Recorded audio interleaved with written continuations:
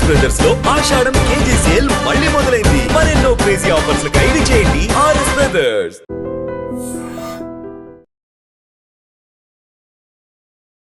Gandikota mystery.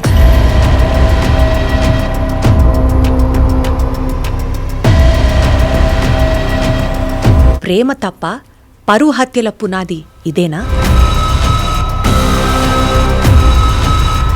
ఓ యువతి ప్రేమించింది, అది తప్ప పెద్దవాళ్లు అంగీకరించలేదు, అది న్యాయమా?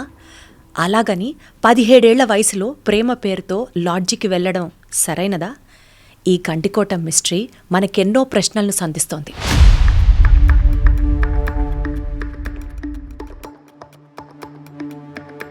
ప్రేమ తప్ప పరువు పేరిట హత్య చేయడమే ఒప్ప అంటే let's watch this special story.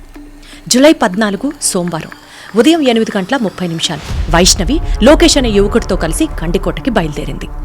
వారిద్దరూ దగ్గరలో ఉన్న ఓ ప్రైవేట్ లాడ్జ్కి వెళ్లి అక్కడ 2 గంటలు గడిపారు. 10:45 ఉదయం లోకేష్ ఆమెతో కలిసి రంగనాథస్వామి ఆలయం దగ్గరికి వెళ్లారు. విషయం అమ్మాయి ఇంట్లో వాళ్లకి తెలియడంతో అక్కడే వదిలేసి వెళ్ళిపోయాడు. 11 గంటలైంది.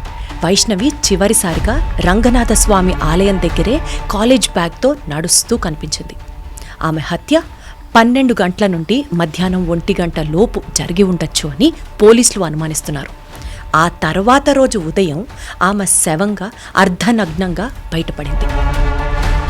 తొలుత లోకేష్ను అనుమానించిన పోలీసులు సీసీటీవీ ఫుటేజ్, సెల్ టవర్ లొకేషన్లు, పోస్ట్ మార్టం రిపోర్ట్ ఆధారంగా అతడు హంతకుడు కాదని నిర్ధారించారు.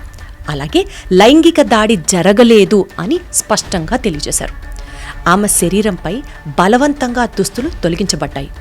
ఛాతీ, కడుపుపై పఫ్ఫుల్ను పెట్టడం, అర్ధనగ్న స్థితిలో వదిలేయడం, ఇవన్నీ ఎలాంటి ఇండికేషన్లు ఇస్తాయంటే ఖచ్చితంగా ఎవరైతే చంపాడో పోలీసుల్ని మిస్లీడ్ చేయడానికి ఆధారాలు ఉన్నట్లుగా స్పష్టంగా మనకు అర్థమయ్యాయి.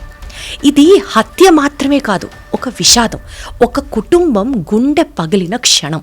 మా పాప సోమవారం పొద్దున 8 గంటలకు కాలేజ్ కని బయలుదేరింది. ఇక్కడే ఇంకొక కొత్త యాంగిల్ వెలుగులోకి వస్తుంది. పోలీసుల దృష్టి ఇప్పుడు పరువు హత్య కోణం అనే వైపు కొనసాగుతోంది.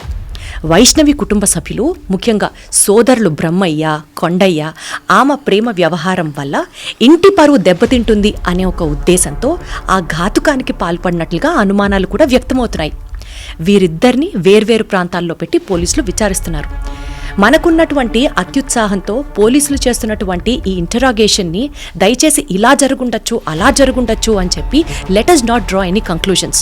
పోలీసులు తగిన సమయం తీసుకొని ఈ కేసుని ఛేదించాలని మనస్ఫూర్తిగా కోరుకుందాం. అయితే ఇక్కడ మాత్రం ఒక క్లియర్ మెసేజ్ చాలా అవసరం. ప్రేమ తప్పు కాదు, కానీ సమయానికి సరైన తీర్పు మాత్రం చాలా అవసరం. 17 ఏళ్ల వయసులో ప్రైవేట్ లాడ్జికి వెళ్లడం తల్లిదండ్రులకు, సమాజానికి జీర్ణించుకోలేని విషయం. కోర్టు సినిమాలో ఒక లైన్ గుర్తుందా? హోటల్లో 2 గంటల పాటు ఏం జరిగింది? ఇక్కడ కూడా అదే ప్రశ్న. నేను కోర్టు సినిమా గురించి మాట్లాడుతున్నాను. ప్రేమ తప్పుడు విషయం ఏమీ కాదు, కానీ వయసుకు మించిన స్టెప్స్ తీసుకోకుంటే దాని పరిణామాలు మాత్రం ఏమైనా కావచ్చు. మరికొంత బాధ్యత తల్లిదండ్రులది కూడా ఉంది. మారుతున్న ప్రపంచాన్ని అర్థం చేసుకోలేక పిల్లల మీద గుసగుసలు, బెదిరింపులు, పరువు పేరిట ఒత్తిళ్లు పెడితే దానికి పరిష్కారం ప్రేమ హత్య కాదు. మొత్తానికి మారల్ పేరెంటింగ్ లోపిస్తోంది ఇవాళ రోజుల్లో. పిల్లలతో ఓపిగ్గా మాట్లాడే వాళ్లను అర్థం చేసుకునే తల్లిదండ్రులు అవసరం ఎంతైనా ఉంది. ఈ సంఘటన మనందరినీ ఆవేదనకు గురిచేస్తోంది. అయితే తల్లిదండ్రులు, విద్యార్థులు ఇద్దరూ ఈ విషయాల్లో సమన్వయం చూపించాలి. పెద్దవాళ్లకు బాధ్యతతో ఉండాలి, చిన్నవాళ్లు వాళ్లను చూసి విలువలను నేర్చుకోవాలి.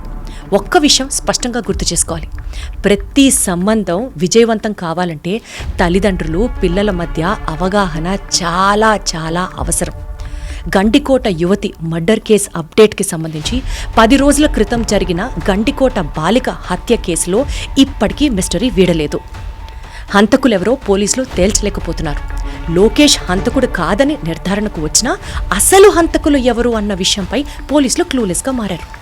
మధ్యాహ్నం 12 నుంచి 1 గంట మధ్య సమయంలో జరిగిన హత్యకు సంబంధించి తల్లిదండ్రుల పాత్ర ఉందా అన్నది కూడా ఇంకా తెలియలేదు.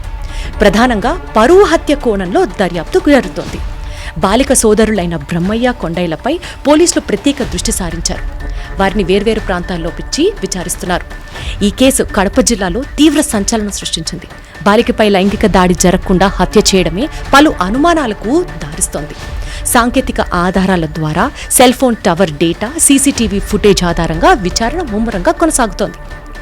1-2 రోజుల్లో నిజాలు వెలుగులోకొచ్చే అవకాశం ఎంతైనా అవకాశం ఉంది. అయితే ఫైనల్గా నేను చెప్పేది మాత్రం ఒకటే, ఇది ఒక కుటుంబం విచ్ఛిన్నమైన దృశ్యం, ఒక అమ్మాయి విషాద గాథ. ఆమెకు న్యాయం జరగాలి. ఈ కేసుకు పోలీసులు లాజికల్ కంక్లూజన్ ఇవ్వాలని మనస్ఫూర్తిగా కోరుకుంటున్నాను. నేను మీ host Deepti. Until justice speaks.